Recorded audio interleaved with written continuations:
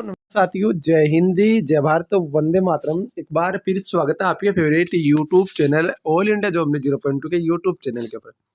साथियों, आज की इस वीडियो के अंदर जो अभी आपका बहुत प्रचलित भर्ती है, सीआरपीएफ कांस्टेबल ट्रेड्समैन भर्ती 2026।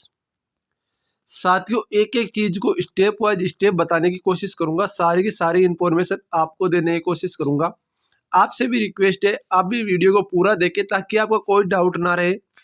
यदि आप वीडियो को पूरा देखते नहीं हो, फिर आप मेरे को कॉल या व्हाट्सएप मैसेज करते हो, तो जाहिर सी बात है एक एक बच्चे का व्हाट्सएप मैसेज करना और एक एक बच्चे का कॉल अटेंड करना बहुत ही मुश्किल काम है मेरे लिए। तो सारी की सारी चीज़ें बताऊंगा, एक एक चीज़ को बताऊंगा। उससे पहले एक छोटी सी रिक्वेस्ट रहेगी, आप वीडियो को शेयर जरूर कर दीजिए ताकि हर एक कैंडिडेट के जो डाउट है वो क्लियर हो सके।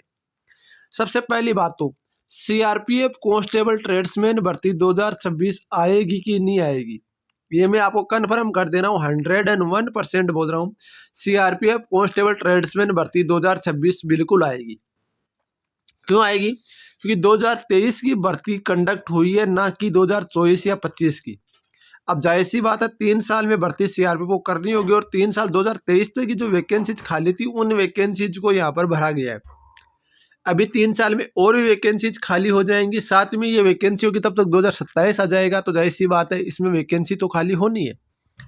और सीआरपीएफ एक ऐसी फोर्स है जो सबसे बड़ी पैरामिलिट्री फोर्स है जो पूरे इंडिया के अंदर फैली हुई है। तो जाहिर सी बात है उसका बगैर ट्रेडमैन के तो काम चलता भी नहीं है, ये आप सबको पता है। तो 2026 की बड़ी वैकेंसी आएगी, सबसे पहली बात। दूसरी बात, सीआरपीएफ कांस्टेबल ट्रेड्समैन की जब भी वैकेंसी आएगी ना, तो ये अपने दिमाग से निकाल दो कि एनएसक्यूएफ लागू होगा कि नहीं होगा। मैं आपको चीज़ें कन्फर्म कर देना चाहता हूँ। कोई आपको बोले कि एनएसक्यूएफ लागू होगा, कोई आपको बोले नहीं होगा, पर मैं आपको एक ही चीज़ बोलता हूँ, यदि आपने बीएसएफ कांस्टेबल ट्रेड्समैन में एनएसक्यूएफ बना लिया तो कोई दिक्कत वाली बात नहीं। पर अभी जब तक कोई नोटिफिकेशन नहीं आ जाता ऑफिशियली, कोई अपडेट ऑफिशियली नहीं आ जाती, तब तक आपको किसी प्रकार का कोई एनएसक्यूएफ सर्टिफिकेट नहीं बनाना है। और मैं ये भी नहीं बोलूँगा आपको यहाँ से बनाओ यहाँ से बनाओ, कोई आपकी मर्जी हो जहाँ से बनाओ, खुद जाके वेरिफिकेशन करके आओ, खुद पर्सनली अगले के पास जाओ। क्योंकि भाई साहब पैसे की कोई बात नहीं है कि पैसा 3,000 लगेगी उसकी जगह 4,000 लग जाएगा, कोई दिक्कत नहीं है। पर बात वहाँ पर आती है जब आप नौकरी लगोगे और नौकरी लगने के बाद जब आप बाहर होगे ना वापस, तो वहाँ पर बड़ी बात आती है। क्योंकि आप सबको पता है कि बीएसएफ कांस्टेबल ट्रेड्समैन भर्ती में आपके बहुत सारे कैंडिडेट अब बाहर हो चुके हैं। तो उस बाहर से तो अच्छा है ना कि हम पहले ही वेरिफिकेशन इसका कर ले। तो वेरिफिकेशन जरूर करके आओ, ठीक है। दूसरी बात, जो मेरे भाई ऐसा सोच रहे हैं कि क्या बगैर एनएसक्यूएफ सर्टिफिकेट फॉर्म नहीं भर सकते, भर सकते हो। बहुत सारी ऐसी ट्रेडें आएंगी जिसके अंदर बगैर एनएसक्यूएफ सर्टिफिकेट फॉर्म भर सकते हो। मैं बिल्कुल बताऊं आपको कौन कौन सी ट्रेड्स पे ये वैकेंसी आने के चांसेज हैं। तो देखो मैं बता दूं आपको कितनी कितनी वैकेंसी जाएगी। देखो ये भी डाटा है जो ऑलरेडी मेरे पास अवेलेबल था। कांस्टेबल ड्राइवर का 219 वैकेंसी जा सकती है, कांस्टेबल लेबोरेटरी टेक्नीशियन का 40 वैकेंसी जा सकती है, कांस्टेबल इलेक्ट्रिशियन की 1 वैकेंसी की जगह आपकी 2 से 3 वैकेंसीज हो सकती है, पेंटर की 5 वैकेंसीज है, कांस्टेबल कुक की 258 वैकेंसीज है। इसके अलावा कांस्टेबल कोबलर की 15 वैकेंसीज है, कांस्टेबल प्लम्बर की 1 वैकेंसीज है, कांस्टेबल बार्बर की 76 वैकेंसीज है, कांस्टेबल सफाई कर्मचारी की 487 वैकेंसीज है, कांस्टेबल वॉशरमैन की 120 वैकेंसीज है, कांस्टेबल मेसन की 2 वैकेंसीज है, कांस्टेबल कारपेंटर की 14 वैकेंसीज है, कांस्टेबल गार्डनर की 9 वैकेंसीज है, कांस्टेबल टेलर की 20 वैकेंसीज है, बिगुलर की 14 है, ब्रास बैंड की 3 है।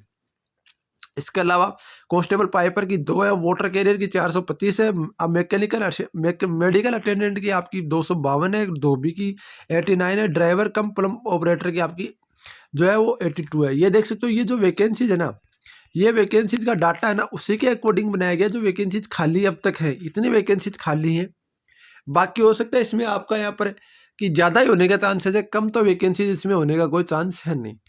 अब रही बात वैकेंसी आएगी तो कब तक आएगी। देखो मैं आपको वैकेंसी आएगी तो सबसे पहली बात तो यदि आपकी एज 18 से 25 साल है तो आप इस भर्ती का इंतजार कर सकते हो। ओबीसी SC ST कैंडिडेट उनको छूट मिलती है वो बात अलग है, पर यदि आपकी एज यदि 18 से 25 साल से ज़्यादा हो चुके तो आप अन्य भर्तियों की तैयारी जरूर करो। क्योंकि भर्ती में क्या होता है कि जब ये वैकेंसीज आती है ना, तो वैकेंसीज में एज बहुत ही कम इसमें काउंट होती है। पिछली बार केस के करके वगैरह करके जो दिल्ली के वकील हैं उन सब का बहुत बहुत धन्यवाद करना चाहता हूँ, जो सीआरपीएफ कांस्टेबल ट्रेड्समैन हमारे लिए केस लड़े थे। तो वो उन वकीलों की वजह से ये एज में छूट मिल पाई थी। पर अभी क्या है कि इसमें एज में छूट मिलने का कोई चांस नहीं है। तो तैयारी आप यदि 25 साल से ऊपर है तो अदर तैयारी करो।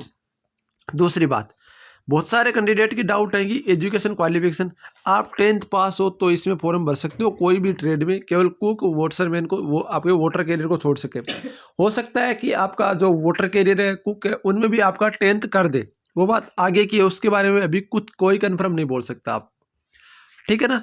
तो ये चीज़ें बहुत बड़ी बातें बता रहा हूँ। दूसरी बात, वैकेंसी आएगी कब तक, तो वैकेंसी आपका मार्च तक या अप्रैल में इसके ऑनलाइन फॉर्म स्टार्ट होने के चांस पूरे पूरे।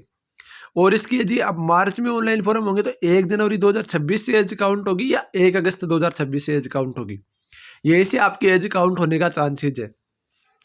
और रही बात इसमें ऑनलाइन सिलेक्शन प्रोसेस की, तो सिलेक्शन प्रोसेस सबसे पहले सीबीटी मोड एग्जाम होता है जिसको हम बोलते हैं कंप्यूटर बेस्ड टेस्ट एग्जामिनेशन, और इसके बाद में आपका पीईटी पीएसटी होता है जिसको हम बोलते हैं फिजिकल स्टैंडर्ड टेस्ट और फिजिकल इफिशियंसी टेस्ट, ठीक है।